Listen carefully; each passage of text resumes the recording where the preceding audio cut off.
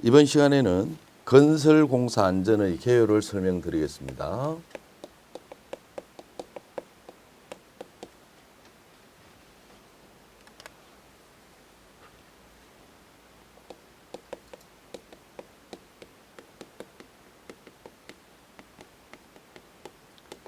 자, 건설공사 안전의 개요에서 제일 먼저 기억하셔야 될 것이 건설공사 재해 분석입니다. 우리가 이 건설공사는 여러 공정들이 함께 어우러져 있기 때문에 많은 재해가 발생되고 있습니다. 그래서 건설공사 재해의 근본 원인,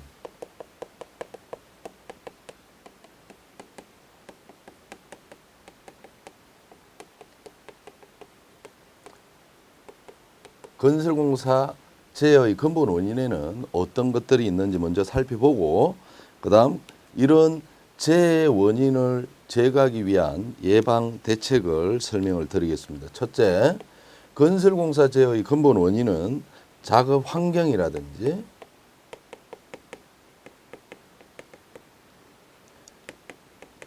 작업 자체의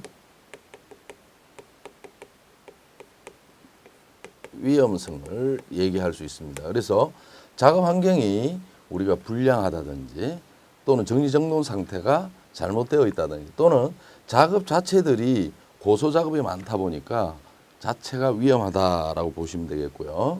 두 번째는 공사 설계대로의 불이행, 즉 공사비를 절약하기 위해서 공사 설계를 제대로 하지 않고 설계 변경이 많다라고 보시면 됩니다. 또는 및 하도급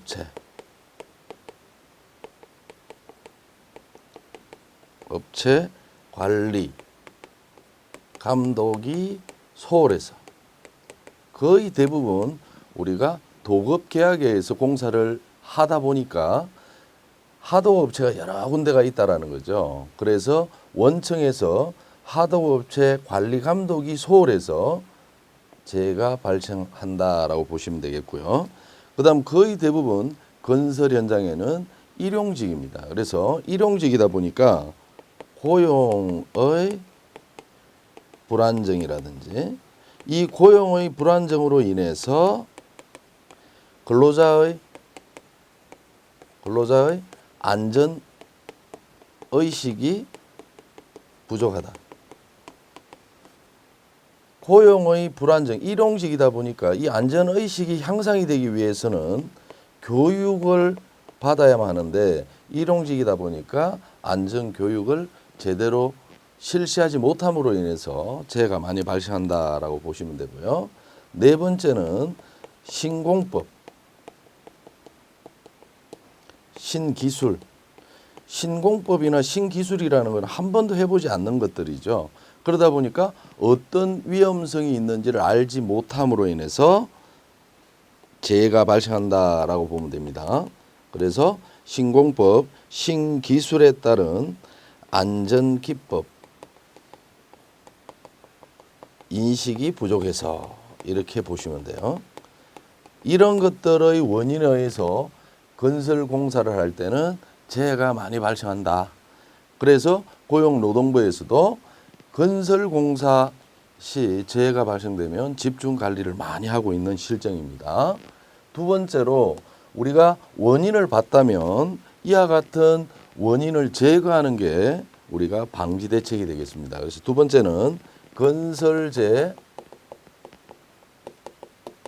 방지 대책에 대해서 설명을 드리겠습니다. 그래서 건설재해 방지 대책에는 첫째, 적정한 시공업자를 선정해라. 이 말은 요즘 모든 건설공사 우리가 도급은 저가 입찰입니다. 저가 입찰이다 보니까 적정하지 못한 경쟁력이 없는 시공업자가 선정될 수도 있기 때문에 그러므로 인해서 안전의식이 부족해질 수도 있고 여러 가지 측면에서 적정한 시공업자를 선정하는 게 좋고, 두 번째는 되도록이면 공사 설계대로 이행할 수 있도록 공사 설계 이행 및 하도급 업체 관리 소홀에 의해서 재해가 일어난다 그랬으므로 하도급 업체의 철저한 안전관리 감독이 필요하다라고 보시면 되고요. 세 번째는 공사 기간이라든지 또는 공정의 적정화,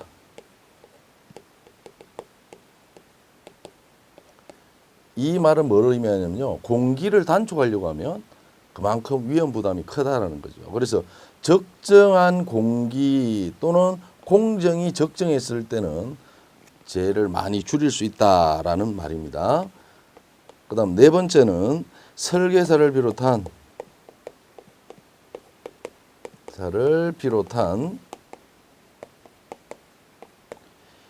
모든 공사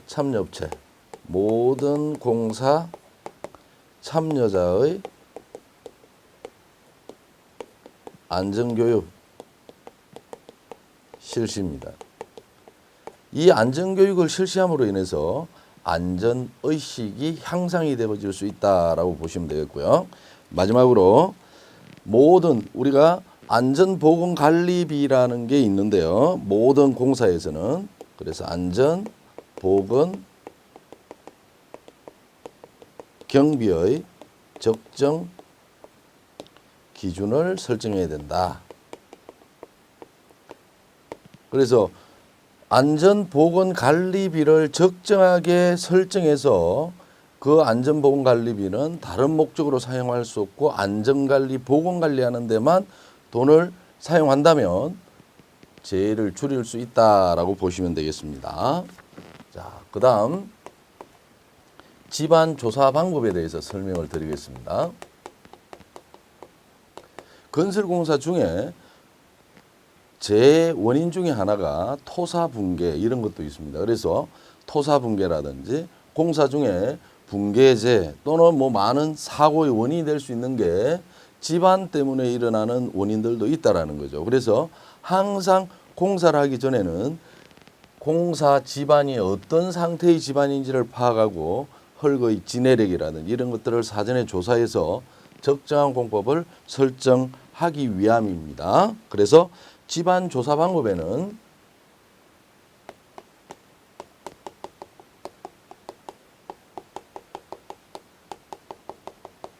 제일 먼저 시험 파기가 있습니다.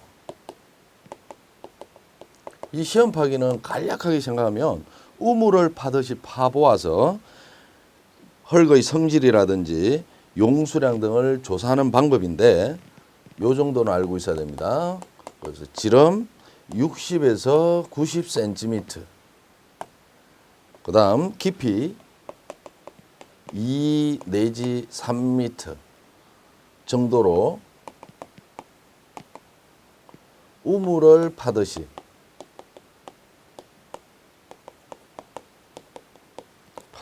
파보아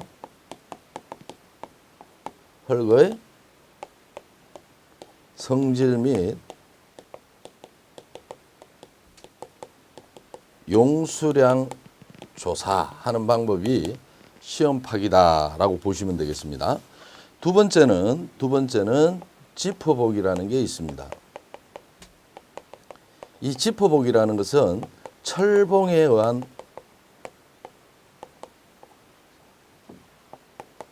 검사입니다.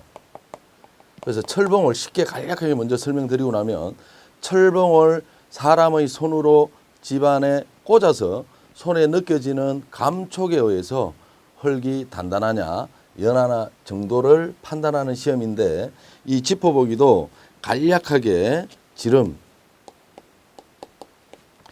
25에서 32mm 미트를 사람의 힘으로 집안에 꽂아 내려서 손에 전달되는 촉감으로 집안의 단단하냐 연하냐 정도를 파악하는 겁니다. 경련 상태 또는 진해력 등을 측정하는 방법인데, 이거는 이 시험에 의해서 집안을 실험하기 위해서는 많은 경험과 숙련을 요한 자만 할 수 있다는 거고, 사람에 따라서 달라집니다. 그래서 정확도가 낮다. 이 정도는 여러분이 알아놔야 돼요. 그래서 아무나 할 수 없는 우리가 집안 조사 방법이다 정도 보고요. 그 다음 세 번째로는 보링이 있습니다.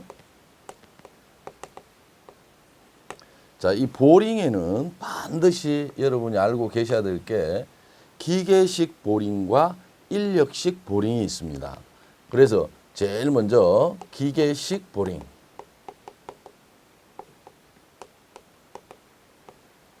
기계식 보링에는 여러 가지가 있겠지만 우리가 주로 많이 쓰는 방법 세 가지만 설명을 올리겠습니다. 그래서 제일 먼저 충격식 보링.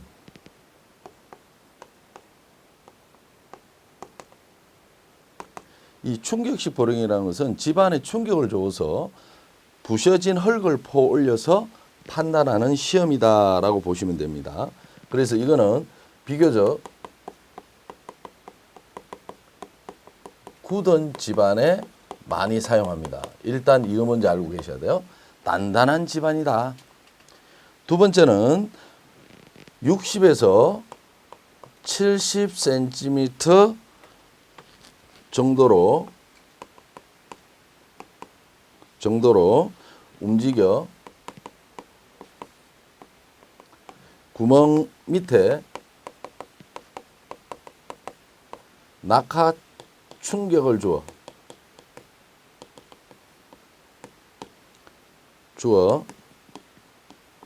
파쇄된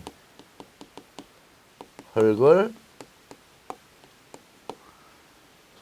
퍼내어 지층 상태를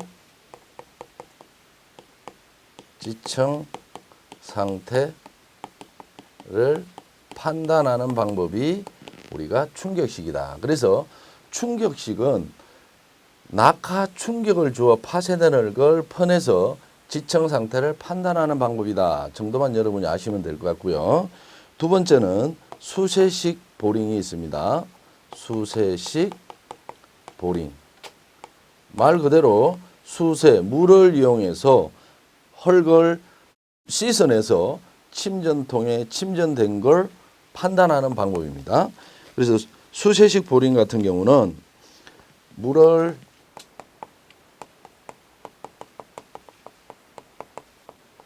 뿜게 함으로써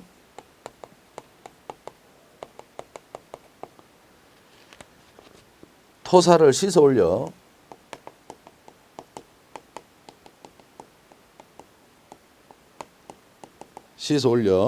지상의 침전통에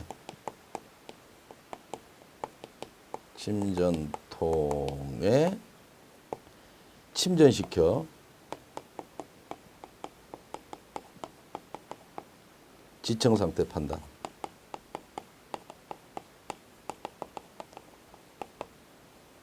그럼 물로 씻어 올리기 위해서는 단단한 집안은 안 씻어지겠죠. 그래서 이거는 연질 집안에 주로 씁니다.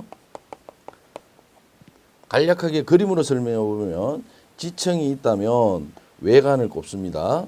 그 다음에 내관을 꼽아서 이 내관 속에 압축기를 기동해서 물을 뿜으면 요 벽 사이로 물이 나오면 침전통에 가라앉힙니다. 그러면 물은 위에 뜰 거고 흙이 집안에 가라앉으면 이걸 가지고 판단하는 방법인데, 단점이 뭐냐면 어떤 높이에서 어떤 집안이 쉽게 올라왔는지를 확인할 수 없다는 또 단점도 있다 정도 여러분이 알고 계시면 되고요. 그 다음 기계식 보링의 마지막으로 회전식 보링이 있습니다.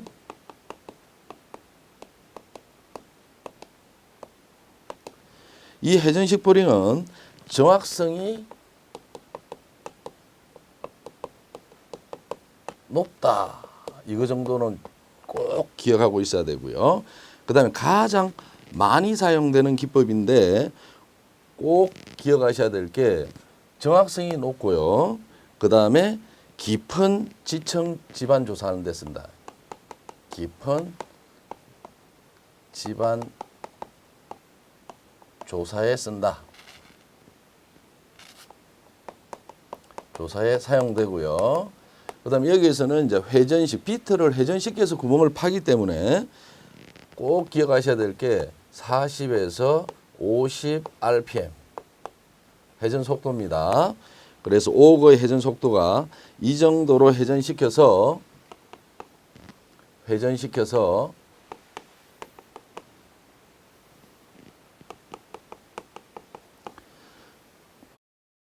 흙을 지상으로 퍼내 지층 상태 판단, 이렇게 보시면 되겠습니다. 그 다음 두 번째로 우리가 꼭 기억하셔야 될 게 인력식 보링이 있습니다. 인력식 보링에는 하나밖에 없습니다. 그래서 우리가 꼭 기억해야 될 게 오거 보링이 있습니다. 오거 보링. 오거 보링 나오면 인력식 보링이다, 이 말을 꼭 기억하시고요. 흙이 사질토, 모래 집안이라는 거죠. 사질토인 경우는 3에서 4m. 그 다음 일반 지층에서는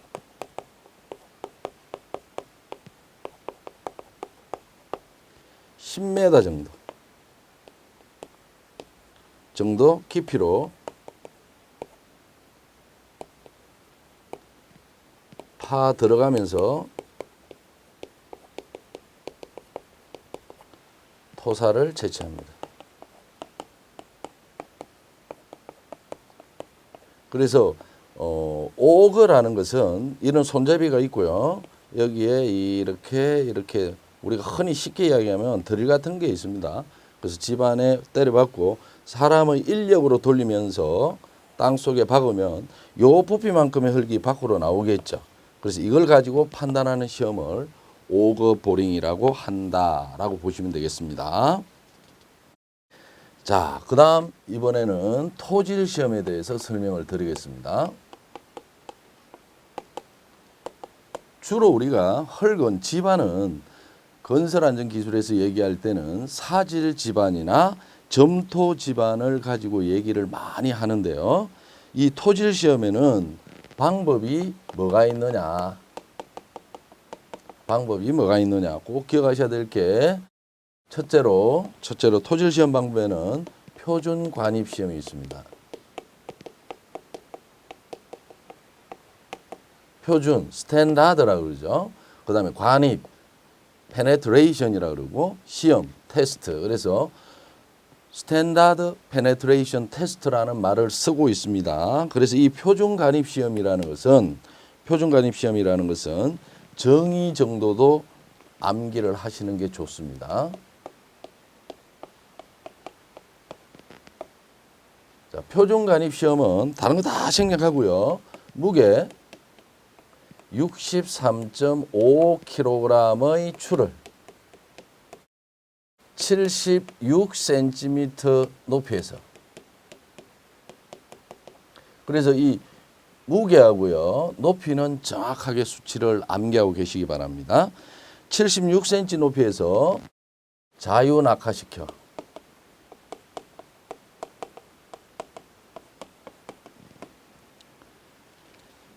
관이 깊이 30cm에 해당하는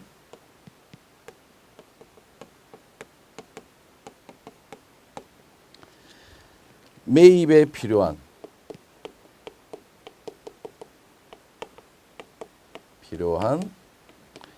타격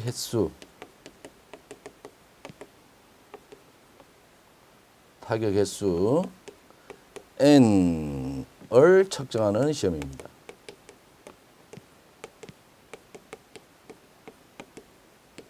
쉽게 이야기하면 집안이 이렇게 있는데 추를 76cm 높이에서 63.5kg의 추를 낙하시키면 들어갈 거예요. 그래서 또 올려서 내려서 요 관이 깊이가 30cm 될 때까지의 타격 횟수를 측정하면 집안의 단단하냐 또는 집안이 연하냐를 측정하는 시험입니다. 그런데 이 표준 간입 시험은 사질 집안에도 쓸 수 있고요. 그다음 점토 집안에도 쓸 수 있지만 반드시 여러분이 꼭 기억하셔야 될 게 주로 사질 집안에 사용합니다.